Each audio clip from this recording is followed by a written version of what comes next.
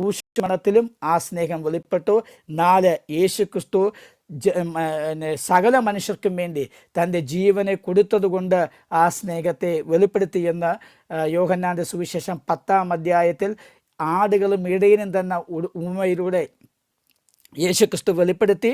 ഈ ഇത്രയും കാര്യം പറഞ്ഞുകൊണ്ട് ഞാൻ എൻ്റെ വിഷയം ഇവിടെ പൂർത്തീകരിക്കുന്നു. ദൈവം നമ്മെ സഹായിക്കട്ടെ. പ്രസന്റേഷൻ കഴിഞ്ഞ് ഇനി ആദ്യത്തെ റിബട്ടൽ റാണിയാണ്. 15 മിനിറ്റ്.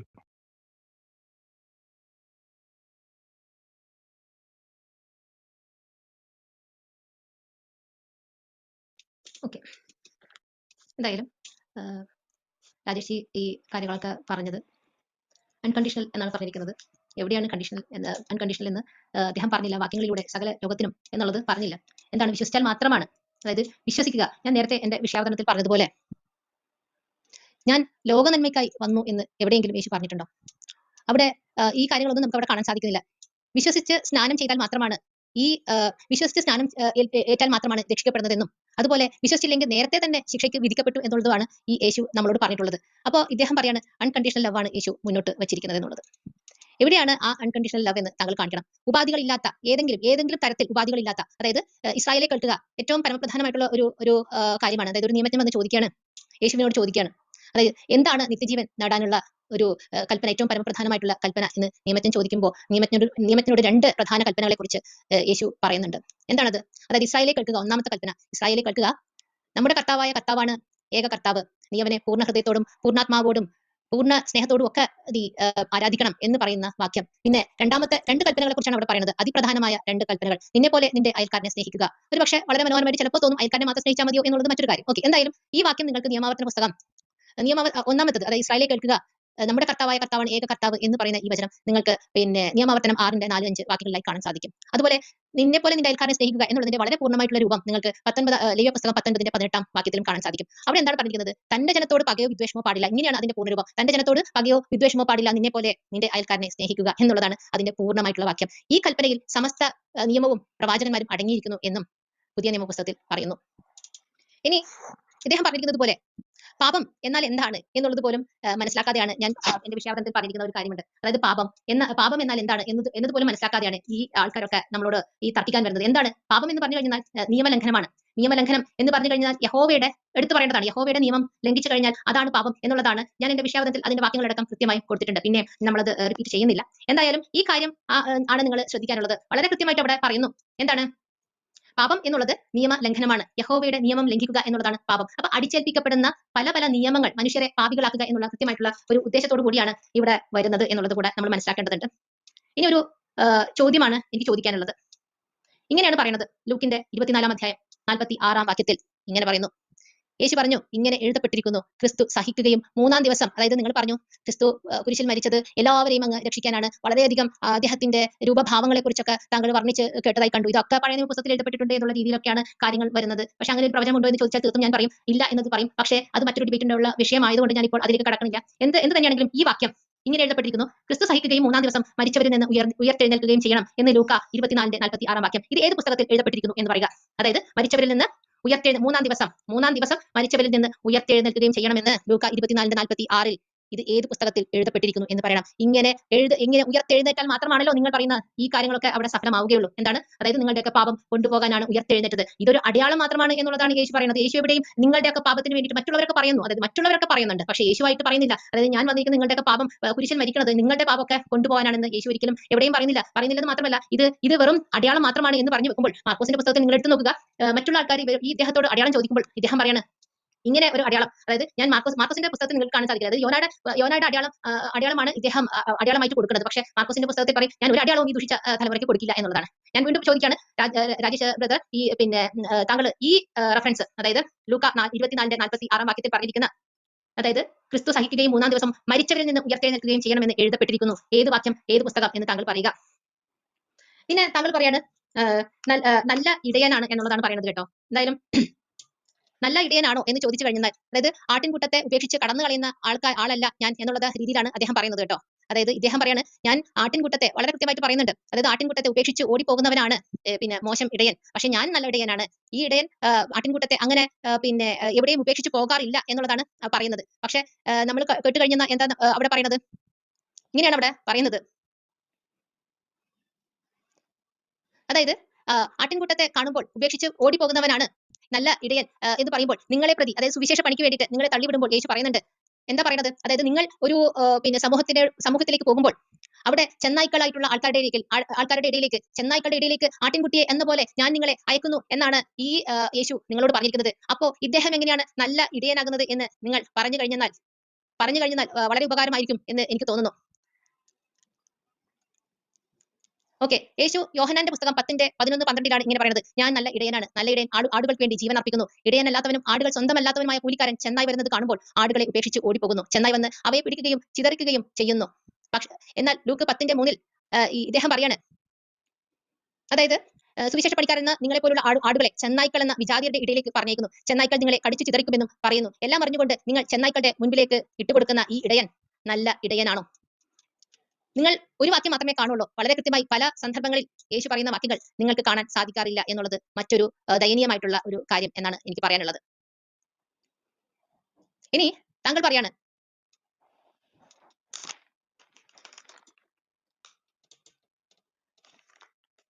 ഓക്കെ, സമരിയ സ്ത്രീയുടെ അടുത്തേക്ക് ഇദ്ദേഹം പോകുന്നുണ്ട്. അതായത് സമരിയ സ്ത്രീയുടെ അടുത്തേക്ക് ഇദ്ദേഹം പോകുന്നുണ്ട്. അപ്പൊ സമരിയ സ്ത്രീ ഒരു വിജാതീയ സ്ത്രീയാണ് എന്നുള്ളതാണ് ഇദ്ദേഹം പറയുന്നത്. പക്ഷേ സമരിയ സ്ത്രീയുടെ അടുത്തേക്ക് പോയില്ല എങ്കിൽ ഇവരുടെ ഉദ്ദേശം എങ്ങനെ നടക്കും എന്നുള്ളത് വളരെ കൃത്യമായിട്ട് നമുക്ക് മനസ്സിലാക്കാൻ സാധിക്കും. ജാതികളുടെ തലവനായിട്ടാണ് യഹോവ ഈ എന്താ പറയേണ്ട ഇസ്രായേലിനെ അവരോധിച്ചിരിക്കുന്നത് എന്ന് നമുക്ക് കാണാൻ സാധിക്കും. ജാതികളുടെ തലവൻ യഹോവ ഇപ്രകാരം അരുളി ചെയ്യുന്നു, യാക്കോബിനെ ചൊല്ലി ആഘോഷിച്ചുല്ലസിപ്പിൻ, ജാതികളുടെ തലവനെ കുറിച്ച് സന്തോഷിച്ച് ആർപ്പിടുവിൻ എന്നുള്ളത് യിരെമ്യാവിന്റെ പുസ്തകം, ജെറമ്യാ പുസ്തകം 31:7 വാക്യം. ഞാൻ അവനെ ജനതകൾക്ക് സാക്ഷിയും നേതാവും അധിപനുമാക്കിയിരിക്കുന്നു.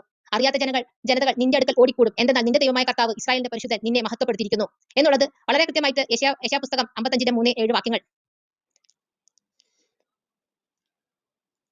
പിഴുതെറിയാനും ഇടിച്ചു തകർക്കാനും നശിപ്പിക്കാനും തകിടം മറിക്കാനും പഴുതു ഉയർത്താനും നട്ടു വളർത്താനും വേണ്ടി ഇന്നിതാ ജനതകളുടെയും രാജ്യങ്ങളുടെയും മേൽ നിന്നെ ഞാൻ അവരോധിച്ചിരിക്കുന്നു. ജെറമ്യാ 1:10 വാക്യം. നിങ്ങൾ എന്റെ സാക്ഷികളാണ്, എന്നെ അറിഞ്ഞു വിശ്വസിക്കാനും ഞാനാണ് ദൈവം എന്ന് ഗ്രഹിക്കാനും ഞാൻ തിരഞ്ഞെടുത്ത ദാസൻ എന്നുള്ളത് യെശയ്യാ 43:10-11 വാക്യം. പിന്നെയോ ഇതേ സുവിശേഷ പണി എന്റെ ദാസനായ യെശയ്യാ ഈജിപ്തിനും എത്യോപ്യയ്ക്കും അടയാളവും മുന്നറിയിപ്പുമായി 3 വർഷം നഗ്നനും നിഷ്പാദകനുമായിട്ട് നടന്നു എന്നാണ് പറയുന്ന സുവിശേഷ പണിക്കാറ്റ് യെശയ്യാ 20:2-3 വരെയുള്ള വാക്യങ്ങൾ. ഭൂമിയുടെ അതിർത്തികളെ എന്നിലേക്ക് തിരിഞ്ഞ് രക്ഷപ്പെടുക, ഞാനാണ് ദൈവം, ഞാനല്ലാതെ മറ്റൊരു ദൈവം ഇല്ല എന്ന് ആഹ്വാനം ചെയ്യുന്ന നിങ്ങളുടെ ദൈവത്തിന്റെ കാര്യം യെശയ്യാ 45:21-22. പിന്നെയോ ഭൂമി മുഴുവന്റെയും വിദൂര സമുദ്രങ്ങളുടെയും പ്രത്യാശ അവിടുന്നാണ്. സങ്കീർത്തനങ്ങൾ 65:5 വാക്യം. ഭൂമിയുടെ എല്ലാ അതിർത്തികളും നമ്മുടെ ദൈവത്തിൽ നിന്നുള്ള രക്ഷ കാണും. യെശയ്യാ 52:10. ഭൂമിയുടെ അതിർത്തിയോളം അവൻ പ്രതാപവാനാകിയാൽ അവർ സുരക്ഷിതരായി വസിക്കും. മിഖ 5:4. എന്നെ അനുസരിക്കാത്ത ജനതകളോട് ഞാൻ ക്രോധത്തോടെ പ്രതികാരം ചെയ്യും. മിഖ 5:15 വാക്യം. കർത്താവ് മുഴുവൻ വാഴുന്നു, ഭൂമി സന്തോഷിക്കട്ടെ, ദ്വീപസമൂഹങ്ങൾ ആനന്ദിക്കട്ടെ. സങ്കീർത്തനങ്ങൾ 97:1-2 വാക്യങ്ങൾ. വ്യർത്ഥബിംബങ്ങളിൽ അഭിമാനം കൊള്ളുന്ന വിഗ്രഹാരാധകർ ലജ്ജിതരായി തീരുന്നു. എല്ലാ ദേവന്മാരും അവിടുത്തെ മുൻപിൽ കുമ്പിടുന്നു. കർത്താവെ, അങ്ങ് ഭൂമി മുഴുവന്റെയും അധിപനാണ്, എല്ലാ ദേവന്മാരെയും ഉന്നതനാണ്. കർത്താവ് അവർക്ക് ഭീതിതനായിരിക്കും, അവിടുന്ന് ഭൂമിയിലെ സകല ദേവന്മാരെയും നശിപ്പിക്കും. എല്ലാ ജനതകളും താങ്കളുടെ ദേശത്ത് അവിടുത്തെ വണങ്ങും. എത്യോപ്യക്കാരെ, നിങ്ങളും എന്റെ വാളിനിരയാകുമെന്ന് സെഫാനിയ 2:11-12 വാക്യങ്ങൾ. കർത്താവ് ഭൂമി മുഴുവന്റെയും രാജാവായി വാഴും. അന്ന് കർത്താവ് ഒരുവൻ മാത്രമേ ഉണ്ടായിരിക്കുകയുള്ളൂ, അവിടത്തേക്ക് ഒരു നാമം മാത്രവും എന്ന് സക്കറിയ 14:9. ഇങ്ങനെ ഒട്ടനേകം വാക്യങ്ങളാണ് ഈ എന്താ പറയണ്ടേ നിങ്ങളുടെ പുസ്തകത്തിൽ, പഴയ നിയമ പുസ്തകത്തിൽ സുവിശേഷ പണിക്കായിട്ട് ഈ ഇസ്രായേലിനെ എടുക്കുന്നത് നമുക്ക് കാണാൻ സാധിക്കുന്നത്. പിന്നെ നിങ്ങൾ പറഞ്ഞു, പിന്നെ എല്ലാ മനുഷ്യരെന്നാണ് അവിടെ പറഞ്ഞിരിക്കുന്നത്. എല്ലാ മനുഷ്യരും മനുഷ്യരല്ല എന്നാണ് നിങ്ങളുടെ യഹോവ തന്നെ പറയുന്നത്.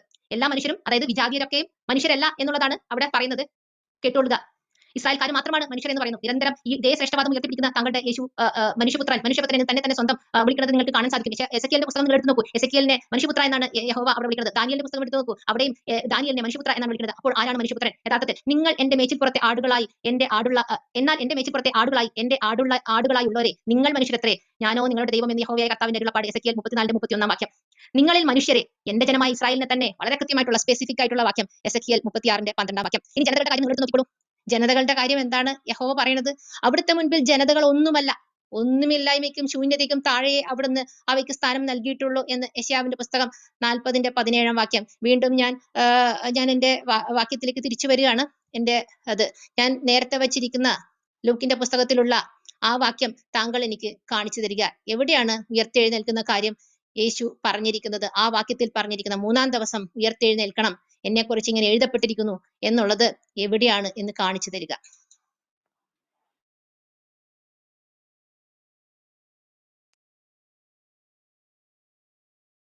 കഴിഞ്ഞില്ലേ? സമയം കഴിഞ്ഞോ? കഴിഞ്ഞോ? ഇല്ല, ഇനിയും 1.5 മിനിറ്റ് ഉണ്ട്. ഓക്കെ. അതായത് ഞാൻ വീണ്ടും ആ ചോദ്യം താങ്കളോട് മുന്നിലേക്ക് ഞാൻ വെക്കുകയാണ്. ഓക്കെ, എന്തായാലും ആ ചോദ്യം താങ്കൾക്ക് വേണമെങ്കിൽ ഇനിയും ഞാൻ തരാം. നിങ്ങൾക്ക് മനസ്സിലായി കാണുമെന്ന് ഞാൻ വിചാരിക്കുന്നു. ഈ ചോദ്യം ഇതാണ്. യേശു പറഞ്ഞു, ഇങ്ങനെ എഴുതപ്പെട്ടിരിക്കുന്നു, ക്രിസ്തു സഹിക്കുകയും 3-ാം ദിവസം മരിച്ചവരിൽ നിന്ന് ഉയർത്തെഴുന്നേൽക്കുകയും ചെയ്യണം. ലൂക്ക 24:46 വാക്യം. ഇത് ഏത് പുസ്തകത്തിൽ എഴുതപ്പെട്ടിരിക്കുന്നു എന്നുള്ളതാണ് എന്റെ ചോദ്യം. ഓക്കെ, ഞാൻ പിന്നീടുള്ള അടുത്ത ഖണ്ഡനത്തിൽ ഞാൻ സംസാരിക്കാം. Thank you. നിരാശിന്റെ ആദ്യത്തെ റിബട്ടൽ. സഹോദരി അവസാനമായി പറഞ്ഞ കാര്യത്തിൽ നിന്ന് തന്നെ തുടങ്ങാം. സഹോദരി അവസാനമായി എന്നോട് ചോദിച്ചു നിർത്തിയത് യേശു ക്രിസ്തുവിൻ്റെ ഉയർത്തെഴുന്നേൽപ്പിനെ കുറിച്ച് പറഞ്ഞിരിക്കുന്ന പുസ്തകത്തിൻ്റെ പേരെന്തെന്നാണ്. അത് നമുക്ക് മറ്റൊരു ഡിബേറ്റ് സബ്ജക്റ്റാണ്. ഇവിടെ ഞാൻ യേശു ക്രിസ്തു സ്നേഹസ്വരൂപനോ എന്ന വിഷയത്തെയാണ് നമ്മൾ സംവദിച്ചു കൊണ്ടിരിക്കുന്നത്. യേശു ക്രിസ്തുവിൻ്റെ ഉയർത്തെഴുന്നേൽപ്പ് എന്ന വിഷയത്തെക്കുറിച്ചല്ല. അപ്പോൾ സഹോദരി പറഞ്ഞ വിഷയത്തിനേക്ക് ഉത്തരവുണ്ട്. നമുക്ക് ഒരു സ്നേഹസംവാദം നടത്തി യേശു ക്രിസ്തു ഉയർത്തെഴുന്നേറ്റോ, ഈ വാക്യം എങ്ങനെയാണ് അവിടെ വന്നത് എന്ന വിഷയത്തെക്കുറിച്ച് നമുക്ക് അപ്പോഴൊരു ഡിബേറ്റിൽ ഞാൻ ആ ആശയം പറയുന്നതാണ്. കാരണം വിഷയത്തിൽ നിന്ന് വിട്ടുപോകാൻ ഞാൻ ആഗ്രഹിക്കുന്നില്ല. സഹോദരിയുടെ ജെന്യുവനായിട്ടുള്ള ക്വസ്റ്റ്യനാണ്, പക്ഷേ എനിക്കിപ്പോൾ പറയാനുള്ള നിർവാഹമില്ലാത്തത് കൊണ്ടാണ്. പിന്നെ നമുക്ക് ഒരുമിച്ചിരുന്ന് സംസാരിക്കുകയോ ഇതേക്കുറിച്ച് ഒരു ആശയ സംവാദം നടത്തുകയോ ചെയ്യാം എന്ന് പറഞ്ഞ് ആ ചോദ്യത്തിന് ഞാനിവിടെ വിരാമം കുറിക്കുകയാണ്. നമ്മുടെ വിഷയത്തിലേക്ക് വരാൻ വേണ്ടിയാണ് ഞാനിവിടെ മനസ്സിലാക്കുന്നത്. സഹോദരി ഞാനിവിടെ വച്ച ഒരു പോയിന്റ് പോലും കണ്ണിച്ചിട്ടില്ല. കാരണം സഹോദരി വേറെ കുറേ കാര്യങ്ങളാണ് പറഞ്ഞത്. അപ്പം ഞാൻ വച്ച പോയിന്റുകൾ വളരെ വ്യക്തമാണ്. യേശുക്രിസ്തുവിൻ്റെ സ്നേഹം ജാതികൾക്കും മതത്തിനും നിറത്തിനും അതീതമായിരുന്നു. 2, യേശുക്രിസ്തു വൈരാഗ്യവും പകയും പാടില്ല എന്ന് പറഞ്ഞു. 3, യേശുക്രിസ്തു ക്രൂശി കിടക്കുമ്പോഴും പറഞ്ഞു, ശത്രുക്കൾ തന്നെ ക്രൂശിക്കുമ്പോഴും പറഞ്ഞു, ഇവർ ചെയ്യുന്നത് എന്താ അറിയാതെ ഇവരോട് ക്ഷമിക്കണമെന്ന് പറഞ്ഞു. 4, യേശുക്രിസ്തു സകല ജനങ്ങൾക്ക് വേണ്ടിയും മരിച്ചു എന്ന് ഞാൻ പറഞ്ഞു. അതിൽ ചില കാര്യങ്ങൾ സഹോദരി ലാസ്റ്റ് പറഞ്ഞ കാര്യത്തെ ഒന്ന് ആവർത്തിച്ചു. ഇനി സഹോദരി വെച്ച വിഷയത്തെ കണ്ണിക്കുക എന്നുള്ളതാണ് എൻ്റെ പ്രധാനപ്പെട്ട വിഷയം. ഈ പറഞ്ഞ ഖണ്ഡനത്തിന് ഞാൻ പിന്നീട് മറുപടി പറയും. ഒന്നാമത് സഹോദരി ഇവിടെ വെച്ചൊരു ആർഗ്യുമെന്റ്, യേശു ക്രിസ്തു യഹൂദന്മാർക്ക് തൻ്റെ ജനത്തിന് വേണ്ടി മാത്രമാണ് കടന്നു വന്നതെന്നാണ്. ദൈവത്തെ സംബന്ധിച്ച്, ദൈവം എന്ന് പറയുന്ന ഒരു സത്യത്തെ സംബന്ധിച്ച് തൻ്റെ ജനമല്ലാത്ത ഒന്നുമില്ല. അതാണ് ലോജിക്കൽ കൺക്ലൂഷൻ. എന്ന് പറഞ്ഞാൽ ദൈവം ഏകനാണ്. ആ ദൈവം സകലത്തിൻ്റെ സൃഷ്ടാവാണ്. ആ ദൈവത്തിന് എങ്ങനെയാണ് 2 തരം ജനങ്ങൾ പാടുക? അപ്പോൾ തൻ്റെ ജനമെന്ന് ഉദ്ദേശിക്കുമ്പോൾ ദൈവം സൃഷ്ടിച്ച സകല മനുഷ്യരും പെടുന്നതാണ്. അതാണ് യേശുക്രിസ്തു തൻ്റെ ജനത്തിൻ്റെ പാപത്തിന് വേണ്ടി വന്നു എന്ന് പറയുമ്പോൾ ഒരു ദൈവമേ ഉള്ളൂ. ആ ഏക ദൈവം സൃഷ്ടിക്കാത്ത വേറെ ജനമുണ്ടെന്നില്ലല്ലോ. അപ്പോൾ ദൈവം സൃഷ്ടിച്ച സകല ജനങ്ങളും ദൈവത്തിൻ്റെ ജനമാണ്. അതെൻ്റെ ഒരു ലോജിക്കൽ ആൻസറാണ്. എന്നാൽ യേശുക്രിസ്തു ഇത് വ്യക്തമായി പറഞ്ഞിട്ടുണ്ട്. യോഹന്നാൻ്റെ സുവിശേഷം 10-ാം അധ്യായം, അത് ഞാൻ അവതരിപ്പിച്ച് നല്ല ഇടയൻ ആടുകൾക്ക് വേണ്ടി ജീവനെ കൊടുത്തു എന്ന വിഷയം അവതരിപ്പിച്ചപ്പോൾ സഹോദരി ഈ അവതരിപ്പിച്ച ആദ്യത്തെ വിഷയത്തിൽ ഉള്ള ചോദ്യത്തിന് മറുപടി ഉള്ളത് കൊണ്ട് അത് ഞാൻ സ്കിപ്പ് ചെയ്ത് വിട്ടതാണ്. ഈ മറുപടി സെക്ഷനിൽ പറയാം, ഞാനത് വായിച്ച് കേൾപ്പിക്കാം.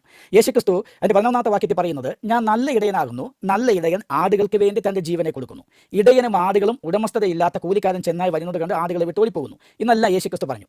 ഇനി യേശുക്രിസ്തു പറയുന്നത് ഈ ആടെന്ന് പറയുന്നത് യഹൂദന്മാരാണ്. യഹൂദന്മാരുടെ തൊഴുത്താണ് അവിടെ ഉദ്ദേശിച്ചത്. എന്നാൽ അതിൻ്റെ 16-ാമത്തെ വാക്യത്തിൽ യേശുക്രിസ്തു 15-16 ശ്രദ്ധിച്ചോ, ആടുകൾക്ക് വേണ്ടി ഞാൻ എൻ്റെ ജീവനെ കൊടുക്കുന്നു. അടുത്ത യേശു പറയാണ് 16-ൽ, ഈ തൊഴുത്തിൽ ഉൾപ്പെടാത്ത വേറെ ആടുകൾ എനിക്കുണ്ട് എന്ന് പറഞ്ഞാൽ യഹൂദന്മാരെന്ന് പറയുന്ന ജനസമൂഹത്തിൽ പെടാത്ത മറ്റൊരു കൂട്ടം ആൾക്കാരുണ്ട്.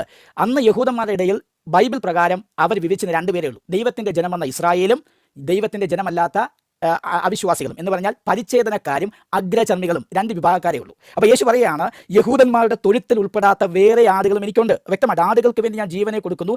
ഈ തൊഴുത്തിൽ ഉൾപ്പെടാത്ത വേറെ ആടുകൾ എനിക്കുണ്ട്, അവയെയും ഞാൻ നടത്തേണ്ടതാകുന്നു. അവ എൻ്റെ ശബ്ദം കേൾക്കും, ഒരു ആട്ടിൻകൂട്ടവും ഒരു ഇടയനുമാകും. അതുകൊണ്ട് യേശുക്രിസ്തു സ്ഥാപിച്ച ദൈവസഭയുടെ പ്രത്യേകത, ഈ ദൈവസഭയിൽ യഹൂദൻ എന്നില്ല, യവനൻ എന്നില്ല, ദാസൻ എന്നില്ല, സ്വതന്ത്രൻ എന്നില്ല, എല്ലാവരും ക്രിസ്തുവിൽ ഒന്നെന്നാണ് കൊരിന്ത്യർ ലേഖനത്തിൽ പറഞ്ഞിരിക്കുന്നത്. നാം എല്ലാവരും ഒരേ ആത്മാവിൽ സ്നാനമേറ്റും ഒരേ ആത്മാവിനെ പാനം ചെയ്തുമിരിക്കുന്നു. അപ്പോൾ യേശുക്രിസ്തുവിൻ്റെ സഭയിൽ യഹൂദനോ യവനനോ ഇല്ല, എല്ലാവരും ഒന്നാണ് എന്ന് പറഞ്ഞാൽ യഹൂദന് വേണ്ടി മാത്രമല്ല യേശുക്രിസ്തു മരിച്ചത്, ഈ തൊഴുത്തിൽപ്പെടാത്ത വേറെ ആടുകളായ അഗ്രചർമ്മികൾക്ക് വേണ്ടി, ജാതികൾക്ക് വേണ്ടിയും യേശുക്രിസ്തു മരിച്ചു എന്ന് യോഹന്നാന്റെ സുവിശേഷം 10:16 പറയുന്നു. ഈ തൊഴുത്തിലെ ആട് മാത്രമല്ല, ഈ തൊഴുത്തിൽപ്പെടാത്ത മറ്റാടുകളും എനിക്കുണ്ട്. ഇവയെ 2 ഒന്നാക്കി ചേർക്കണം. അതുകൊണ്ട് 1:11 പൗലോസ് പറയുന്നുണ്ട്, ദൈവസഭയിൽ യഹൂദനുമെന്നില്ല, യവനനുമെന്നില്ല, എല്ലാ ദാസനുമെന്നില്ല, സ്വതന്ത്രനുമെന്നില്ല, സ്ത്രീയും പുരുഷനുമില്ല, എല്ലാവരും ക്രിസ്തുവിൽ ഒന്നത്രയെന്നാണ്. അപ്പോൾ യേശുക്രിസ്തു എല്ലാവർക്കും വേണ്ടി മരിച്ചു. തൻ്റെ ജനമെന്ന് പറയുമ്പോൾ എല്ലാം യേശുക്രിസ്തുവിൻ്റെ ജനമാണ്. ഈ തൊഴുത്തിലെ ആടുകളുമുണ്ട്, മറ്റേ തൊഴുത്തിലെ ആടുകളുമുണ്ട്. അതുകൊണ്ട് ആ ആരോപണം വചനാടിസ്ഥാനത്തിൽ തെറ്റാണ്. യേശുക്രിസ്തു തന്നെ അത് പറഞ്ഞിട്ടുണ്ട്. അത് ആദ്യത്തെ സഹോദരിയുടെ ആർഗ്യുമെന്റിനുള്ള ഒരു പ്രസന്റേഷനുള്ള മറുപടിയാണ്. പിന്നെ സഹോദരി പറഞ്ഞത് ഇങ്ങനെയാണ്, യേശുക്രിസ്തു പറഞ്ഞത് മാതാപിതാക്കളെ വെറുക്കാൻ പറഞ്ഞു എന്നാണ്. യേശുക്രിസ്തു അങ്ങനെ പറഞ്ഞിട്ടില്ല. ഞാൻ വായിച്ചു നോക്കിയിട്ട് എനിക്ക് അങ്ങനെ മനസ്സിലായില്ല. കാരണം ഞാൻ ആ ഭാഗം ഒന്നുകൂടെ അങ്ങ് വായിക്കാം. മർക്കോസിൻ്റെ സുവിശേഷം 7-ാം അധ്യായത്തിലാണ്. 7-ാം അധ്യായത്തിൻ്റെ 9 മുതൽ താഴോട്ടുള്ള വാക്യങ്ങളാണ് സഹോദരി ഉദ്ധരിച്ചത്. മർക്കോസിൻ്റെ സുവിശേഷം 7-ാം അധ്യായം 9 മുതൽ 13 വരെ എന്നാണ് എൻ്റെ ഓർമ്മ. ഞാൻ എടുത്തോട്ടെ. 9 മുതൽ 13 വരെ ഇങ്ങനെയാണ് പറഞ്ഞിരിക്കുന്നത്. പിന്നെ അവരോട് പറഞ്ഞത്, യേശുക്രിസ്തു പറയുന്നത് നിങ്ങളുടെ അമ്മയപ്പന്മാരെ കരുതണമെന്നാണ്. 9-ൽ പറയുന്നത് ഇങ്ങനെയാണ്. പിന്നെയും അവരോട് പറഞ്ഞത്, നിങ്ങളുടെ സമ്പ്രദായം പ്രമാണിപ്പാൻ വേണ്ടി നിങ്ങൾ ദൈവകൽപ്പന തള്ളിക്കളയുന്നത് നന്നായി. നിന്റെ അപ്പനെയും അമ്മയെയും ബഹുമാനിക്കുക എന്നും അപ്പനെയും അമ്മയോ പ്രാകുന്നവൻ മരിക്കണമെന്നും മോശ പറഞ്ഞിട്ടുണ്ടല്ലോ. നിങ്ങളോ ഒരു മനുഷ്യൻ അപ്പനോടോ അമ്മയോടോ നിനക്കെന്നാൽ ഉപകാരമായി വരേണ്ടതിന് വഴിപാട് എന്ന അർത്ഥമുള്ള ഖുർബാൻ എന്ന് പറഞ്ഞാൽ മതി എന്ന് പറയുന്നു. നിന്റെ അപ്പനെയോ അമ്മയ്ക്കോ മേൽ ഒന്നും ചെയ്യുവാൻ അവനെ സമ്മതിക്കുന്നതുമില്ല. ഇങ്ങനെ നിങ്ങൾ ഉപദേശിക്കുന്ന സമ്പ്രദായത്താൽ ദൈവകൽപ്പന ദുർബലമാക്കുന്നു. അപ്പോൾ യേശുക്രിസ്തു ഇവിടെ പറഞ്ഞിരിക്കുന്നത്, അപ്പനോ അമ്മയെ നിങ്ങൾ അങ്ങനെ പറഞ്ഞ് നിങ്ങൾ അപ്പൻ്റെ അമ്മയോടുള്ള ഉത്തരവാദിത്വത്തിൽ നിങ്ങൾ രക്ഷപ്പെടാൻ നോക്കുന്നു. അത് യഹൂദന്മാരുണ്ടാക്കിയ സമ്പ്രദായമാണ്. ന്യായപ്രമാണത്തിൽ മോശ പറഞ്ഞത് അപ്പനെ അമ്മയെ ബഹുമാനിക്കുക, കരുതുക, പോറ്റിപ്പുലർത്തുക. അതിനെതിരായിട്ട് നിങ്ങൾ പറയുന്നു എന്ന് യേശുക്രിസ്തു പറഞ്ഞ യേശു അമ്മയപ്പന്മാരെ വെറുക്കാൻ പഠിപ്പിക്കുക ഒരിക്കലും സാധ്യമല്ല. അപ്പോൾ അതെന്താണെന്ന് പരിശോധിക്കുമ്പോൾ ലൂക്കോസിൻ്റെ സുവിശേഷം, മർക്കോസിൻ്റെ സുവിശേഷം 10:37 ആ കാര്യം കാണുന്നത്. സൗദി വായിച്ചു. 10 മർക്കോസിൻ്റെ സുവിശേഷം 10-ാം അധ്യായത്തിലോ ലൂക്കോസിൻ്റെ സുവിശേഷം അതായത് യേശുക്രിസ്തു വെറുക്കാൻ വേണ്ടി പഠിപ്പിച്ചു എന്ന് പറയുന്ന ഒരു വാക്യമുണ്ട്. ആ വാക്യത്തിൽ അവിടെ എഴുതിയിരിക്കുന്നത്, യേശുക്രിസ്തു പറഞ്ഞത് നിങ്ങൾ കേട്ടിട്ടുണ്ടല്ലോ എന്നാണ്. യേശുക്രിസ്തു പഴയ നിയമത്തിലെ കാര്യങ്ങൾ പറയുമ്പോൾ മോശയുടെ പഞ്ചഗ്രന്ഥത്തിൽ പറഞ്ഞിട്ടുണ്ട്, ന്യായപ്രമാണ പുസ്തകത്തിൽ എഴുതിയിട്ടുണ്ട് എന്ന് പറഞ്ഞിട്ടുണ്ട്. പക്ഷേ അവിടെ യേശുക്രിസ്തു പറഞ്ഞത് നിങ്ങൾ അതായത് ദൈവത്തെ സ്നേഹിക്കുക, ഇത് ശത്രുവിനെ ഹെയ്റ്റ് ചെയ്യുക, വെറുക്കുക എന്ന് നിങ്ങൾ കേട്ടിട്ടുണ്ടല്ലോ എന്നാണ്. അത് യേശുക്രിസ്തു ന്യായപ്രമാണം പഠിപ്പിച്ചതല്ല. യഹൂദന്മാരുടെ മത നേതാക്കന്മാർ യഹൂദന്മാരെ പഠിപ്പിച്ചതാണ് ആ കാര്യം. അതാണ് യേശുക്രിസ്തു പറഞ്ഞത്, നിങ്ങൾ കേട്ടിട്ടുണ്ടല്ലോ എന്നാണ്. അല്ലാതെ യേശുക്രിസ്തു അത് ഉപദേശിച്ചതല്ല. നിങ്ങൾ കേട്ടിട്ടുണ്ടല്ലോ എന്ന് പറയുമ്പോൾ മറ്റാരിൽ നിന്നും അവർ കേട്ടിട്ടുണ്ട്. യേശുക്രിസ്തു പഠിപ്പിച്ചതല്ല. അത് യഹൂദ മത നേതാക്കന്മാർ അവരുടെ അനുയായികളെ പഠിപ്പിച്ച കാര്യമാണ്, ശത്രുവിനെ ഹെയ്റ്റ് ചെയ്യുക. പക്ഷേ യേശുക്രിസ്തുവോ പഴയ നിയമത്തിലോ ശത്രുവിനെ ഹെയ്റ്റ് ചെയ്യാനുള്ള ഒരു വാക്യം ഇല്ല. ശത്രുവിനെ സ്നേഹിക്കുക, തിന്മാൻ കൊടുക്കുക എന്ന യേശുക്രിസ്തു പഠിപ്പിച്ചു. അതിനെതിരായിട്ട് യേശുക്രിസ്തു പറഞ്ഞിട്ടില്ല. പക്ഷേ യേശുക്രിസ്തു പറഞ്ഞത് നിങ്ങൾ കേട്ടിട്ടുണ്ടല്ലോ. അപ്പോൾ അവർ ആരിൽ നിന്ന് കേട്ടു? പരീശന്മാരിൽ നിന്നും ശാസ്ത്രിമാരിൽ നിന്നും കേട്ട കാര്യം അവരെ ഉപദേശിപ്പിച്ച് ജനങ്ങളെ തെറ്റായ ഉപദേശങ്ങൾ നൽകി വഴിതെറ്റിച്ച ശാസ്ത്രിമാരുടെ ഉപദേശത്തിൽ നിങ്ങൾ കേട്ടിട്ടുണ്ടല്ലോ എന്നാണ് യേശുക്രിസ്തു പറഞ്ഞത്. യേശുക്രിസ്തു അങ്ങനെ പഠിപ്പിച്ചിട്ടില്ല. സഹോദരി ശക്തമായിട്ടൊന്ന് വായിച്ചു നോക്ക്. നിങ്ങൾ കേട്ടിട്ടുണ്ടല്ലോ എന്നാണ് പറഞ്ഞിരിക്കുന്നത്. പഴയ നിയമത്തിൽ എഴുതിയിട്ടുണ്ട് എന്ന് യേശുക്രിസ്തു പറഞ്ഞിട്ടില്ല. അപ്പോൾ ആരോപണം അതവിടെ നിലനിൽക്കുന്ന ഒന്നല്ല എന്ന് ഞാൻ പറയുകയാണ്. സഹോദരി രണ്ടാമത്തെ പ്രസൻറ്റേഷനിൽ വെച്ച മറ്റൊരു കാര്യം എന്ന് പറയുന്നത്, സഹോദരി പറഞ്ഞത് ഇതുപോലെ അമ്മയപ്പന്മാരെ സ്നേഹിക്കാൻ പാടില്ല എന്ന് യേശുക്രിസ്തു പഠിപ്പിച്ചെന്നാണ്. അതായത് സഹോദരി അത് പറയുകയുണ്ടായി. പക്ഷേ യേശുക്രിസ്തു അമ്മയപ്പന്മാരെ സ്നേഹിക്കാൻ പാടില്ല എന്നല്ല പറഞ്ഞത്, ഇവരെക്കാൾ അധികം ദൈവത്തെ സ്നേഹിക്കണമെന്നാണ് പറഞ്ഞത്. എന്ന് പറഞ്ഞാൽ ദൈവത്തെ സ്നേഹിക്കുന്ന കാര്യത്തിൽ പ്രാധാന്യം കൊടുക്കണം. അതിൻ്റെ കാര്യമുണ്ട്. യേശുക്രിസ്തു പറഞ്ഞത് വളരെ ഒരു കാര്യമാണ്. ദൈവത്തെ സ്നേഹിക്കുന്ന ഒരു മനുഷ്യന് ശത്രുവിനെ പോലും സ്നേഹിക്കാൻ കഴിയും. അതാണ് യേശുക്രിസ്തു പറഞ്ഞ കാര്യം. നിങ്ങൾ അപ്പനോ അമ്മയോ കാട്ടിയും എന്നെ അനുഗമിക്കുന്ന കാര്യത്തിൽ നിങ്ങൾ നിങ്ങൾ യേശുക്രിസ്തുവിനെ അനുഗമിക്കുന്നതിൽ നിന്ന് നിങ്ങളെ തടസ്സം ചെയ്യുന്നു എങ്കിൽ അതിനേക്കാൾ ഉപരിയായിട്ട് നിങ്ങൾ യേശുക്രിസ്തുവിനെയോ ദൈവത്തെ സ്നേഹിച്ചെങ്കിൽ മാത്രമേ ക്രിസ്തുവിനെ അനുഗമിക്കാൻ കഴിയുള്ളൂ. എന്ന് പറഞ്ഞാൽ ഒരാൾ യേശുക്രിസ്തുവിനെ അനുഗമിക്കണമെങ്കിൽ അവൻ്റെ അപ്പനോ അമ്മയേക്കാളുള്ള ഉപരിയായ സ്നേഹം യേശുക്രിസ്തുവിന് കൊടുക്കണം. ആ അർത്ഥത്തിലാണ് അവിടെ പറഞ്ഞിരിക്കുന്നത്. ഉദാഹരണം പറഞ്ഞാൽ ബൈബിളിൽ തന്നെ പറഞ്ഞിട്ടുണ്ട്, പറയുന്നു, ഏശാവിനെ വെറുത്തു, യാക്കോബിനെ ദൈവം സ്നേഹിച്ചു. പഴയ നിയമ ചരിത്രം പരിശോധിച്ചാൽ യാക്കോബ് അനുഭവിച്ചതിൻ്റെ 1% കഷ്ടത പോലും ഏശാവ് അനുഭവിച്ചിട്ടില്ല. യാക്കോബ് അനുഭവിച്ചതിനേക്കാൾ നന്മകളും സൗഭാഗ്യങ്ങളും സമൃദ്ധിയും അനുഭവിച്ച ആളാണ് ഏശാവ്. പിന്നെ എന്താണ് അവിടെ പറഞ്ഞിരിക്കുന്നത്? അവൻ ദൈവത്തോട് ചേർന്ന് നിന്നു, ദൈവത്തിൻ്റെ കാര്യപരിപാടിയിലേക്ക് അവനെ ദൈവം തിരഞ്ഞെടുത്തു എന്ന അർത്ഥത്തിലാണ് അവിടെ ഉപയോഗിച്ചിരിക്കുന്നത്. അതുകൊണ്ട് ഹെയ്റ്റ് എന്ന് പറഞ്ഞാൽ അവനെ നശിപ്പിച്ചു എന്ന അർത്ഥത്തിലല്ല. കാരണം ഏശാവിനെ ദൈവം അനുഗ്രഹിച്ചു, അവൻ സമൃദ്ധിയുള്ളവനായി തീർന്നു എന്ന് പഴയ നിയമത്തിൽ കാണാനായിട്ട് കഴിയും. പഴയ നിയമത്തിൽ വായിച്ചിട്ട് ഏശാവിനെ ദൈവം വെറുത്തത് കൊണ്ട് അവനെ നശിപ്പിച്ച് നാലായ കല്ലെടുത്ത് ഒന്നിനും കൊള്ളാത്തവനായി തീർത്തു എന്നൊരു ആശയമേ പഴയ നിയമത്തിൽ കാണാൻ പറ്റത്തില്ല. കാരണം ഏശാവിന് വളരെ അനുഗ്രഹം ഉണ്ടായിരുന്നു, അവൻ നല്ല രീതിയിലാണ് ജീവിച്ചത്. പക്ഷേ അതിനേക്കാൾ കഷ്ടത യാക്കോബ് സഹിച്ചു എന്നാണ് പഴയ നിയമത്തിൽ കാണുന്നത്. അതുകൊണ്ട് അവിടെ ഹെയ്റ്റ് എന്ന് പറയുന്നത് ഉപയോഗിച്ചിരിക്കുന്ന വാക്ക് ദൈവത്തിന് പ്രാധാന്യം കൊടുക്കുക, മാതാപിതാക്കൾക്ക് കാട്ടി പ്രാധാന്യമോ സഹോദരങ്ങളെ സ്വന്തം ജീവനേക്കാൾ പ്രാധാന്യം ദൈവത്തിന് കൊടുത്തെങ്കിൽ മാത്രമേ ക്രിസ്തുവിനെ അനുഗമിക്കാൻ കഴിയുള്ളൂ. 2, ബൈബിളിൻ്റെ തിയറി അനുസരിച്ച് യേശു ക്രിസ്തുവിനെ പൂർണ്ണമായി സ്നേഹിക്കുന്ന ഒരുത്തന് ശത്രുവിനെ പോലും സ്നേഹിക്കേണ്ട കൽപ്പന കൊടുത്തിരിക്കുമ്പോൾ യേശു ക്രിസ്തുവിനെ എങ്ങനെ മാതാപിതാക്കളെ സ്നേഹിക്കാതിരിക്കാൻ പറ്റും?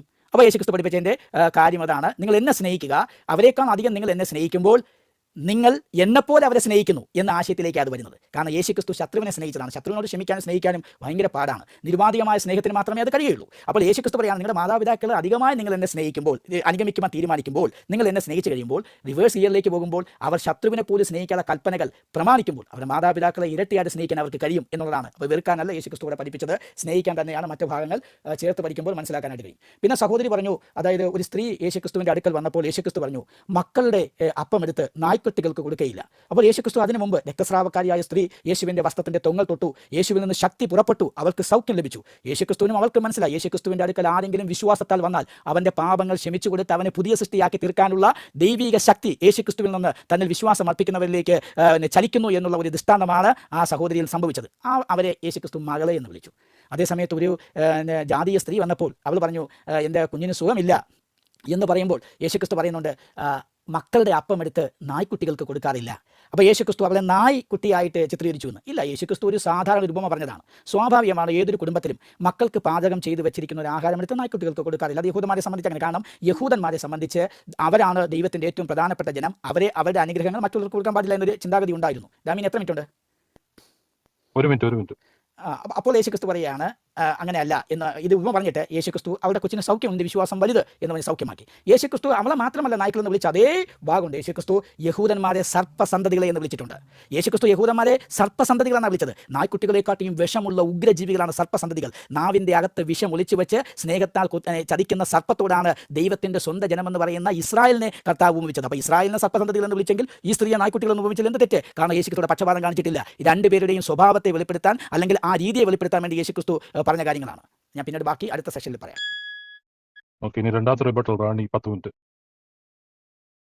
ഓക്കെ, ഞാൻ പറഞ്ഞത് ആദ്യം താങ്കൾ സമ്മതിച്ചു കഴിഞ്ഞിരിക്കുന്നു. അതായത് ഇസ്രായേലിന് എന്തൊക്കെയോ മേന്മ കൂടുതലുണ്ടെന്നും അവർക്ക് ഒരുപാട് മേന്മകൾ ഉണ്ട് എന്നുള്ളതും യേശുവിന്റെ വാക്കുകളിൽ കൂടി ഞാൻ പറഞ്ഞിരിക്കുന്ന അതേ വാദം തന്നെ താങ്കൾ ഉയർത്തിപ്പിടിച്ചത് വളരെ സന്തോഷം തോന്നുന്നു. കാരണം ഇസ്രായേൽക്കാരിയായിട്ടുള്ള സ്ത്രീയെ മകളെ എന്ന് വിളിക്കാനുള്ള ബോധ്യം അദ്ദേഹത്തിന് ഉണ്ട് എന്ന് താങ്കൾ പറയുകയുണ്ടായി. അതുപോലെ തന്നെ വിജാതീയ ഒരു ഗ്രീക്ക് കാരിയാണ്. അപ്പൊ താങ്കളെ പോലുള്ള ഒരു വ്യക്തിയാണ് പിന്നെ കാനാൻ ദേശക്കാരിയായിട്ടുള്ള കാനാൻ ദേശക്കാരി അല്ലെങ്കിൽ ഗ്രീക്കുകാരി സീറോ ഫിനിഷ്യൻ ലേഡി എന്നും പറയുന്നുണ്ട്. മത്തായിലും അതുപോലെ തന്നെ മാർക്കിലുമുള്ള വാക്യങ്ങളാണ് അവിടെ പറയുന്നത്. അപ്പം ഗ്രീക്കുകാരി ആദ്യമായിട്ടൊരു വിശ്വാസം സ്വീകരിച്ച ഒരു വിജാതീയ സ്ത്രീയാണ്. ഈ സ്ത്രീയോട് എന്താ പറഞ്ഞിരിക്കുന്നത്? നായ്ക്കളോടാണ് ഉപമിച്ചിരിക്കുന്നത്. നായ്കൾക്ക് ഇട്ടുകൊടുക്കുന്നത് ശരിയല്ല. താങ്കൾ പറയാണ് നായ്ക്കുട്ടിയെന്ന്. കഷ്ടം എന്നേ പറയാനുള്ളൂ. അതായത് നായക്കുട്ടിയോടാണ്. അതിനേക്കാൾ അവരെ മറ്റുള്ള ആൾക്കാരെ ഇദ്ദേഹം സർപ്പത്തിനോടൊക്കെ ഉപമിച്ചിട്ടുണ്ട്. സർപ്പത്തെ പോലെ വിവേകികളായിരിക്കൂ എന്നൊരു വാക്യം താങ്കൾ കേട്ട് കാണുമെന്ന് ഞാൻ വിചാരിക്കുന്നു. അതായത് നിങ്ങൾ പറഞ്ഞല്ലോ നല്ല ഇടയൻ എന്താണ് നമ്മളെ പോലുള്ള വീണ്ടും വിജാതീയരെ ചെന്നായ്ക്കളോടാണ് ഇദ്ദേഹം ഉപമിച്ചിരിക്കുന്നത്. ചെന്നായ്ക്കളായിട്ടുള്ള താങ്കളെ പോലുള്ള അതായത് രാജേഷ് ജി പോലുള്ള ആൾക്കാരെയാണ് ഈ ചെന്നായ്ക്കൾ എന്ന് പറയുന്നത്. ഒരു പക്ഷെ ഈ വചനം കേട്ടുകൊണ്ട് ഈ രീതിയിലേക്ക് എടുക്കപ്പെടേണ്ട, അതായത് ക്രിസ്ത്യാനിറ്റിയിലേക്ക് കൂട്ടിച്ചേർക്കപ്പെടേണ്ട ആൾക്കാരെയാണ് ഈ തരത്തിൽ ഇദ്ദേഹം ആക്ഷേപിക്കുന്നത്. ചെന്നായ്ക്കളുടെ ഇടയിലേക്ക് ഞാൻ കുഞ്ഞാടുകളെ എന്ന പോലെ നിങ്ങളെ ഞാൻ അയക്കുന്നു എന്നാണ് പറയുന്നത്. അപ്പോഴെങ്ങനെയാണ്? എന്നിട്ട് ഇദ്ദേഹം തന്നെ പറയുന്നു, അതായത് ചെന്നായ്ക്കൂട്ടത്തിലേക്ക് പോയി കഴിഞ്ഞാൽ അവർ നിങ്ങളെ കടിച്ചു കുടയും എന്നാണ് പറയുന്നത്. അപ്പൊ എങ്ങനെയാണ് ഞാൻ നല്ല ഇടയൻ ആകുന്നത്? അപ്പൊ ഞാൻ ചോദിക്കുന്നത്, ഇതിലെവിടെയാണ് യേശുവിന്റെ സ്നേഹം ഇരിക്കുന്നത്? താങ്കളോട് ഞാൻ ചോദിച്ചു, അതായത് ആ റെഫറൻസ് എവിടെയാണ്? അത് താങ്കൾക്ക് കിട്ടില്ല. അതുകൊണ്ടാണ് താങ്കൾ ആ കാര്യം പറയാത്തത്. ഏറ്റവും പരമപ്രധാനമായിട്ടുള്ള ഒരു കാര്യം തന്നെയാണ്. അതായത് ഇദ്ദേഹം കുരിശിൽ അടിച്ച് ഉയർത്തെഴുന്നാൽ മാത്രമാണ് നിങ്ങളെ പോലുള്ള ആൾക്കാർക്ക് ഈ പാപമോചനം, അതായത് പാപമോചനം എന്ന് പറയുന്ന ഒരു സംഭവമില്ല. എന്താണ് പറയണത്? യഹോവയുടെ നിയമം ലംഘിക്കുന്നതാണ് പാപം എന്നാണ് പറയുന്നത്. അപ്പം നിയമം ലംഘിക്കുന്നത്, അപ്പം ഈ കാര്യങ്ങൾ, അതായത് യഹോവയുടെ നിയമം ലംഘിക്കുന്നതാണ് പാപമെങ്കിൽ ഇദ്ദേഹം യോഹന്നാനിൽ വിശ്വസിച്ചാലും ഇതേ കാര്യം നടക്കുമെന്ന് യേശു പറയുന്നുണ്ട്. അതായത് യോഹന്നാനിൽ വിശ്വസിച്ച ചുങ്കക്കാരും പാപികളും ഒക്കെ നേരത്തെ തന്നെ സ്വർഗത്തിൽ എൻട്രി നേടിക്കഴിഞ്ഞു എന്ന്. അതായത് നിങ്ങളൊന്നും അവരെ വിശ്വസിച്ചില്ല, പക്ഷെ ചുങ്കക്കാരികളും പാപികളും ഒക്കെ അദ്ദേഹത്തിൽ വിശ്വസിച്ചു. അതുകൊണ്ട് തന്നെ നേരത്തെ തന്നെ ഇവര് സ്വർഗത്തിൽ പോയി എന്ന് പറയുന്നുണ്ട്. ഇനി താങ്കൾ പറയാണ്, യേശു പറയാണ് ശത്രുവിനെ സ്നേഹിക്കൂ എന്നാണ് പറഞ്ഞിരിക്കുന്നത്. ശത്രുവിനെ സ്നേഹിക്കാനാണ് പറഞ്ഞിരിക്കുന്നത്. അതല്ലാതെ വേറെ എന്താ പറയണ്ടേ, ഒരു ശത്രുവിനെ പോലും സ്നേഹിക്കാനാണ് എന്ന് പറഞ്ഞ യേശു, താങ്കൾക്ക് ഒരു വാക്യം ഞാൻ തരാം. എനിക്ക് അനുകൂലമല്ലാത്തവൻ എനിക്ക് പ്രതികൂലമാകുന്നു, എന്റെ എതിരാളിയാണ് എന്നാണ് മത്തായി 12:30 വാക്യത്തിൽ പറയുന്നത്. ഇതേ വാക്യം തന്നെ താങ്കൾക്ക് ലൂക്കോസിന്റെ 11 അധ്യായം 23 വാക്യത്തിൽ എനിക്ക് അനുകൂലമല്ലാത്തവൻ എനിക്ക് പ്രതികൂലമാകുന്നു, എന്റെ എതിരാളിയാണ് എന്ന് പറയുന്ന വ്യക്തി എങ്ങനെയാണ് ഈ രണ്ട് കാര്യങ്ങളും? അപ്പോൾ താങ്കൾ പറയാണ് ഈ രീതിയിൽ അവിടെ വൈരുദ്ധ്യങ്ങൾ വന്നു എന്ന് പറയുകയാണെങ്കിൽ എനിക്ക് ഒന്നും പറയാനില്ല. കാരണം ശത്രുക്കളെ സ്നേഹിക്കൂ എന്ന് മാത്രമാണ് നിങ്ങൾ പറയുന്നത്. പക്ഷെ കൃത്യമായിട്ടും എനിക്ക് എതിരായി നിൽക്കുന്ന ആള് എന്റെ എതിരാളി ആണ് എന്ന് പഠിപ്പിച്ച വ്യക്തിയാണ് താങ്കളുടെ യേശു എന്ന് പറയും. ഇങ്ങനെ ഒരു വാക്യം നിങ്ങൾക്ക് ചൂണ്ടിക്കാണിക്കാൻ സാധിക്കുമോ എന്നുള്ളതായിരുന്നു താങ്കളുടെ ചോദ്യം. ഞാനിതാ ചൂണ്ടിക്കാണിച്ചിരിക്കുന്നു എന്നുള്ളതാണ് താങ്കൾക്ക് പറയാനുള്ളത്. താങ്കൾ പറയാണ് പിന്നെ ഇപ്പോ ഈ പിന്നെ കേട്ടിട്ടില്ലേ എന്നൊക്കെയാണ് താങ്കൾ ഇപ്പൊ പറയുന്നത്. അപ്പൊ പഴയ നിയമം താങ്കൾ തള്ളിയോ? ഇസ്രായേലെ കേൾക്കുക, എന്താണ് നിത്യജീവന്റെ കൽപ്പന എന്നുള്ളതാണ് അവിടെ ചോദിക്കുന്നത്. 2 ചോദ്യം. താങ്കൾ പറഞ്ഞിരിക്കുന്നത് മറ്റൊരു കാര്യമാണ്. അതായത് എന്താണ് നിത്യജീവൻ, നല്ലവനായ ഗുരു, നിത്യജീവൻ പ്രാപിക്കാൻ എന്താണ് ഞാൻ ചെയ്യേണ്ടത് എന്ന് ചോദിക്കുമ്പോൾ പ്രമാണങ്ങൾ പാലിക്കുക എന്ന് വ്യക്തമായി യേശു പറയുന്നുണ്ട്. എന്താണ് പ്രമാണം എന്നും പഠിപ്പിച്ചു കൊടുക്കുന്നുണ്ട്. അതായത് എന്താ പ്രമാണം എന്ന് പറയുന്നത്? വ്യഭിചാരം ചെയ്യരുത്, കൊല്ലരുത്, അത് ഇതൊക്കെ പറയുന്നു. എന്നിട്ട് പറയണം ഇതൊക്കെ ഞാൻ പറയുന്നുണ്ട്. അപ്പൊ പറയണം ഇനി ഒന്നും കൂടെ ബാക്കിയുണ്ട്.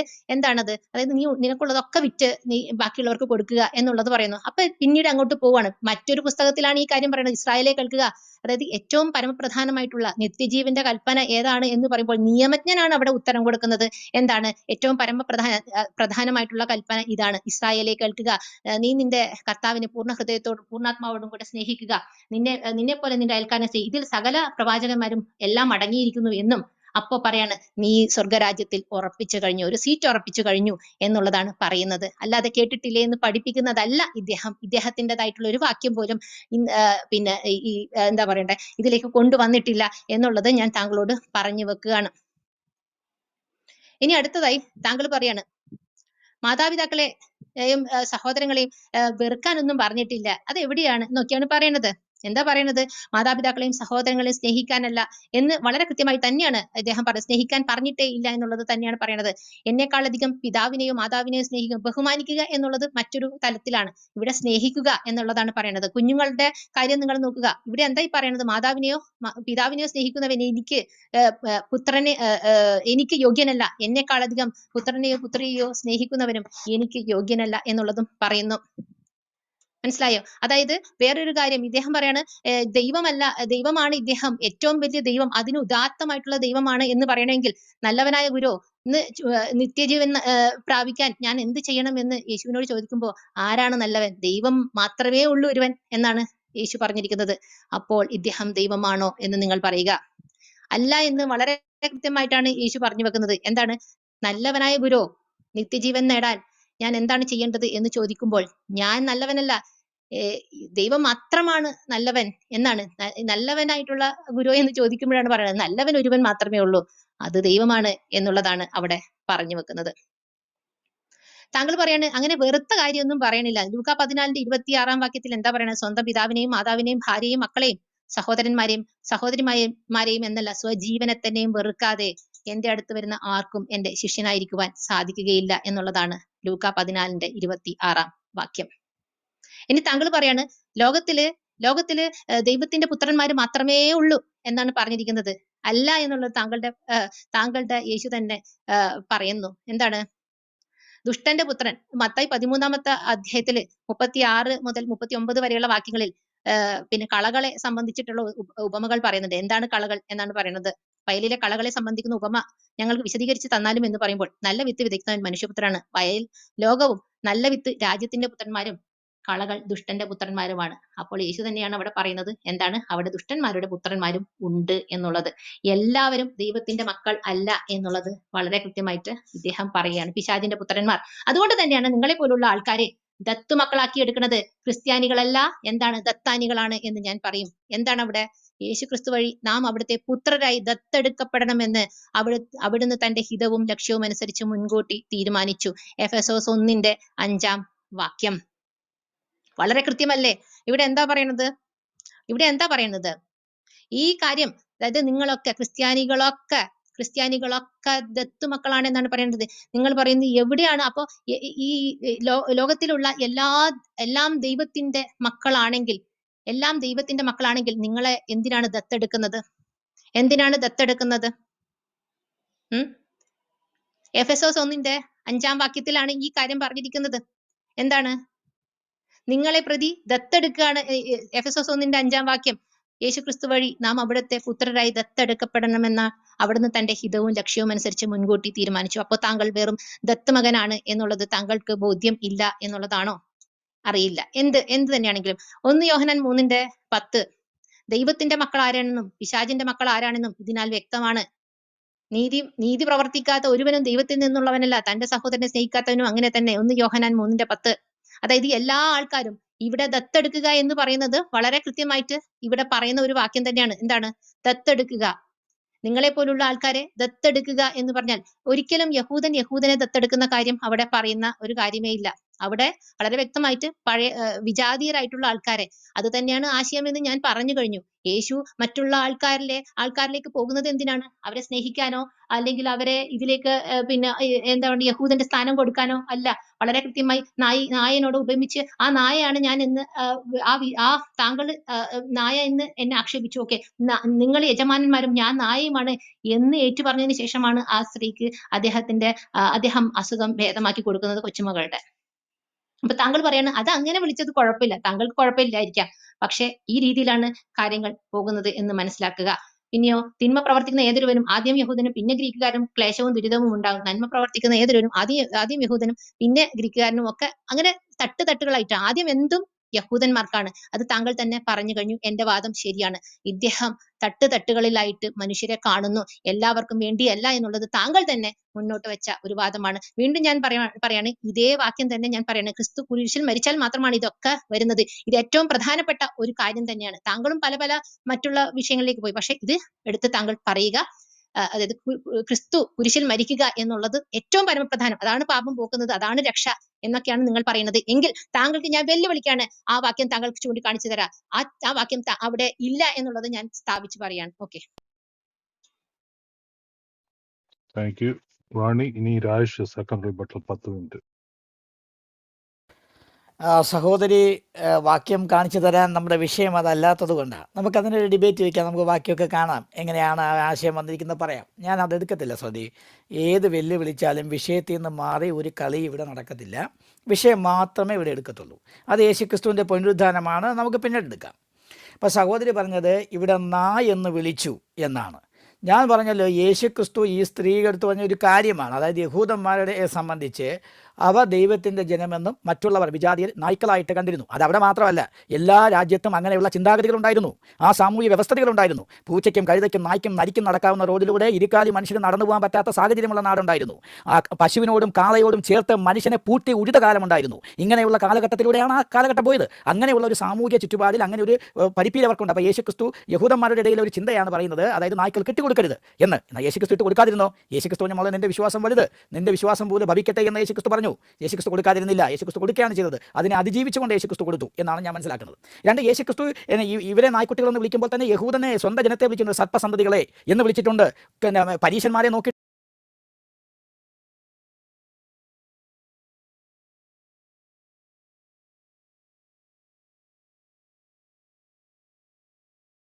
ദുർഗന്ധം ഗമിക്കുന്നു എന്നൊക്കെ യേശുക്രിസ്തു വിളിച്ചിട്ടുണ്ട്. അപ്പോൾ യേശുക്രിസ്തു ഇങ്ങനെ ഒരു കാര്യം പറഞ്ഞെങ്കിൽ സ്വന്തം ജനമായ ഇസ്രായേലിനെ നോക്കിയിട്ട് പറയുന്നു, നിങ്ങൾ സർപ്പസന്തതികളാണ്. എടുത്തു പറയുന്നുണ്ട്, നിങ്ങൾ പിശാച് എന്ന പിതാവിൻ്റെ മക്കൾ, അവൻ്റെ ഇഷ്ടം ചെയ്യുവാൻ നിങ്ങൾ ബന്ധപ്പെടുന്നു, നിങ്ങളുടെ പ്രവൃത്തിയെ വെളിപ്പെടുത്തുന്നു. അതുകൊണ്ട് യേശുക്രിസ്തു ഒരു പക്ഷപാതവും കാണിച്ചിട്ടില്ല, എല്ലാവരെയും ഒരുപോലെ തന്നെ വിമർശിച്ചിട്ടുണ്ട്. ഒരു കാര്യം വിശദമാക്കാൻ വേണ്ടി യേശുക്രിസ്തു പറഞ്ഞതാണ് അവിടെ. അത് ഞാൻ അവിടെ പറഞ്ഞ് ആ ഭാഗം അവിടെ വിടുകയാണ്. പിന്നെ സഹോദരി പറഞ്ഞ മറ്റൊരു കാര്യം എന്ന് പറഞ്ഞത് അതിവിടെ പറഞ്ഞു. രണ്ടാമത്, ദൈവത്തെക്കാളും മനുഷ്യനെ അവിടെ യേശുക്രിസ്തു പറഞ്ഞില്ലല്ലോ, എന്നേക്കാൾ അധികം നിങ്ങൾ അപ്പനും അമ്മയെ സ്നേഹിക്കരുതെന്നാണ്. അപ്പനും അമ്മയും സഹോദരങ്ങളെ സ്നേഹിക്കരുതെന്ന് യേശുക്രിസ്തു പറഞ്ഞില്ല, എന്നേക്കാൾ അധികം സ്നേഹിക്കരുതെന്നാണ് പറഞ്ഞിരിക്കുന്നത്. ചില കുഞ്ഞുങ്ങൾ പറയുന്നുണ്ട്, പപ്പ എന്നെ കാട്ടിയും എൻ്റെ അനിയത്തെ സ്നേഹിക്കരുത് എന്ന് പറയാതില്ലയോ. അപ്പോൾ ഇവിടെ യേശുക്രിസ്തു വ്യക്തമായി പറഞ്ഞത് ദൈവത്തിന് പ്രാധാന്യം കൊടുക്കുക, ദൈവത്തെ സ്നേഹിക്കുക എന്നാണ് അവിടെ പറഞ്ഞിരിക്കുന്നത്. ആ ദൈവസ്നേഹത്തെയാണ് യേശുക്രിസ്തു പറഞ്ഞിരിക്കുന്നത്. എന്നേക്കാൾ അധികം നിങ്ങൾ അവരെക്കാൾ അധികം എന്നെ സ്നേഹിക്കണം, നിങ്ങൾ അവരെ സ്നേഹിക്കരുതെന്നല്ല യേശുക്രിസ്തു പറഞ്ഞത്, എന്നേക്കാൾ എന്നാണ്. എന്നെ യേശുക്രിസ്തുവിനേക്കാൾ അവരെ സ്നേഹിക്കാൻ പാടില്ല, എന്നെ താഴ്ത്തി സ്നേഹിച്ചാൽ മതി, ദൈവത്തെ സ്നേഹിക്കുക. ഞാൻ നേരത്തെ പറഞ്ഞു, ദൈവത്തെ സ്നേഹിക്കുന്ന, യേശുക്രിസ്തുവിനെ സ്നേഹിക്കുന്ന, അനുസരിക്കുന്ന ഒരുത്തിന് ശത്രുവിനെ പോലും സ്നേഹിക്കാനുള്ള കൽപ്പന ഉള്ളതുകൊണ്ട് മാതാപിതാക്കൾ അവൻ്റെ ശത്രുവല്ലല്ലോ, അവൻ എത്ര അധികം സ്നേഹിക്കുമെന്നാണ് ഞാൻ പറഞ്ഞത്. അതുകൊണ്ട് ആ കാര്യം അവിടെ ഞാൻ വിടുകയാണ്. അപ്പോൾ യേശുക്രിസ്തു സഹോദരി പറഞ്ഞത്, അപ്പോൾ യഹൂദന്മാരെ ദൈവത്തിൻ്റെ ജനമാണ് എന്ന് പറഞ്ഞു. യേശുക്രിസ്തു ദൈവത്തിൻ്റെ ജനമാണ് യഹൂദന്മാർ. ആ യഹൂദന്മാർ ദൈവത്തിൻ്റെ ജനമായി തീരാനുള്ള കാര്യം ദൈവത്തെ അവർ അനുസരിച്ചതുകൊണ്ടാണ്. ഈ യഹൂദന്മാരെന്ന് പറയുമ്പോൾ യഹൂദന്മാരുടെ ഉത്ഭവം വെച്ച് നോക്കുമ്പോൾ വിജാതീയനായ ഒരു മനുഷ്യനാണ് യഹൂദനായിട്ട് തീർന്നത്. അല്ലാതെ യഹൂദൻ എന്ന ഒരു ജാതീയ ദൈവം ആദ്യം ഉണ്ടാക്കി വെച്ചതല്ല.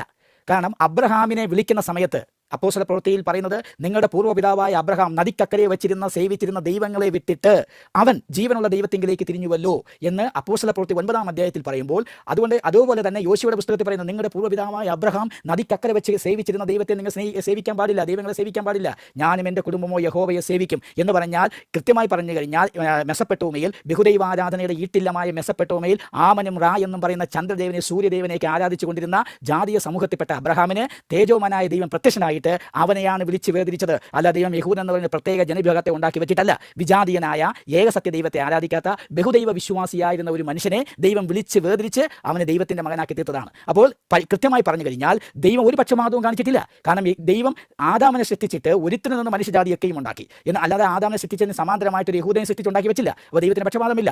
വിജാതീയനായ ബഹുദൈവ ആരാധകനായ അബ്രഹാമിനെ ദൈവം വിളിച്ച് വേർതിരിച്ച് അവനിലൂടെയാണ് പോയത്. അപ്പോൾ ദൈവം പക്ഷപാതം കാണിച്ചിട്ടില്ല. വിജാതീയനെയാണ് ദൈവം തന്റെ മകനാക്കി തീർത്തത്. ഇന്നും ദൈവം വിളിക്കുന്നു. അബ്രഹാമിനെ വിളിച്ചതുപോലെ ദൈവം ഇന്നും വിളിക്കുന്നു. ദൈവത്തിന്റെ വിളി കേട്ട് ആര് വന്നാലും അബ്രഹാമിന് യഹൂദനായി തീരാൻ കഴിഞ്ഞതുപോലെ ഒരു വിജാതീയന് അവൻ ആത്മീയ ഇസ്രായേലായ ദൈവസഭയുടെ അംഗമായി തീരാൻ കഴിയും. അപ്പോൾ ദൈവത്തിന് മുഖപക്ഷമില്ല. കാരണം ദൈവം ഒരു വിജാതീയനെ, ബഹുദൈവ വിശ്വാസിയെ, വിഗ്രഹാരാധിയെ വിളിച്ചിട്ടാണ് ദൈവമകനാക്കി തീർത്തെങ്കിൽ ഇന്നും ഏകസത്യ ദൈവത്തിൽ വിശ്വസിക്കാത്ത ബഹുദൈവ വിശ്വാസികളെ ദൈവം ഹൃദയപൂർവ്വം വിളിക്കുന്നുണ്ട്. വിശ്വസിച്ചു വന്നാൽ ദൈവമക്കളായി തീരും. അബ്രഹാമിനും അത് വെച്ചിട്ടുണ്ട്. അബ്രഹാമിന് അത് വെച്ചു, അബ്രഹാം സ്വീകരിച്ചു, അദ്ദേഹത്തിന്റെ സന്തതികൾ അങ്ങനെ ആയിരുന്നു. ഞാൻ അങ്ങനെ വിശ്വസിച്ചു വന്ന ആളാണ്. എന്റെ മക്കളും ക്രിസ്തീയ വിശ്വാസത്തിലേക്ക് വരുന്നു. അതേ അനുഗ്രഹം യഹൂദന്മാർക്ക് കിട്ടിയേ ഉള്ളൂ. പക്ഷേ ഞാൻ എന്നെ സംബന്ധിച്ച് ഞാൻ ബഹുദൈവ വിശ്വാസിയായിരുന്നു. ഏക ദൈവത്തിന്റെ വിളി കേട്ടു, ഞാൻ സത്യത്തിലേക്ക് വന്നു. അബ്രഹാം ബഹുദൈവ വിശ്വാസിയായിരുന്നു. ദൈവത്തിന്റെ വിളി കേട്ട് അദ്ദേഹം വിശ്വാസത്തിലേക്ക് വന്നു. ഇന്നും റാണി സഹോദരിക്കും ദൈവം ഓഫർ വെച്ചിട്ടുണ്ട് ബഹുദൈവ വിശ്വാസത്തിൽ നിന്ന് ഏകദൈവ വിശ്വാസത്തിലേക്ക് വരുവാൻ. ദൈവത്തിന് മുഖപക്ഷമില്ല.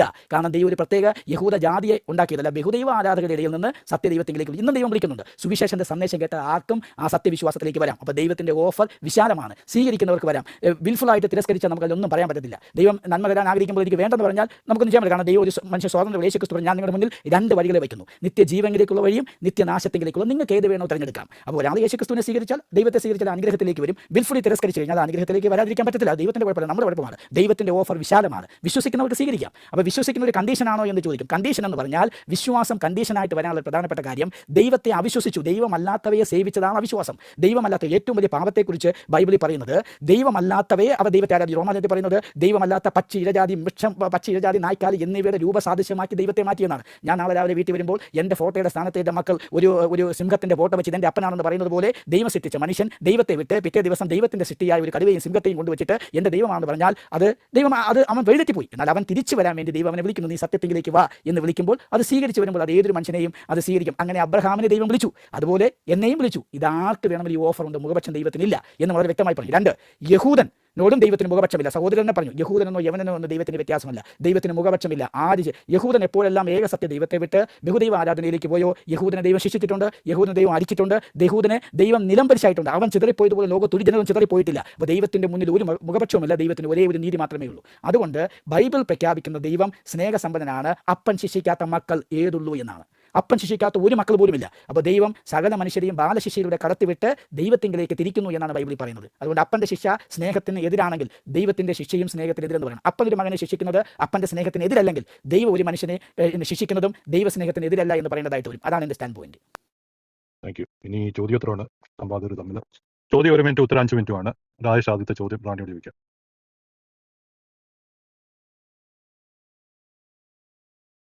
രാജേഷ് ഉണ്ടോ? എനിക്ക് എൻ്റെ ചോദ്യമാണോ?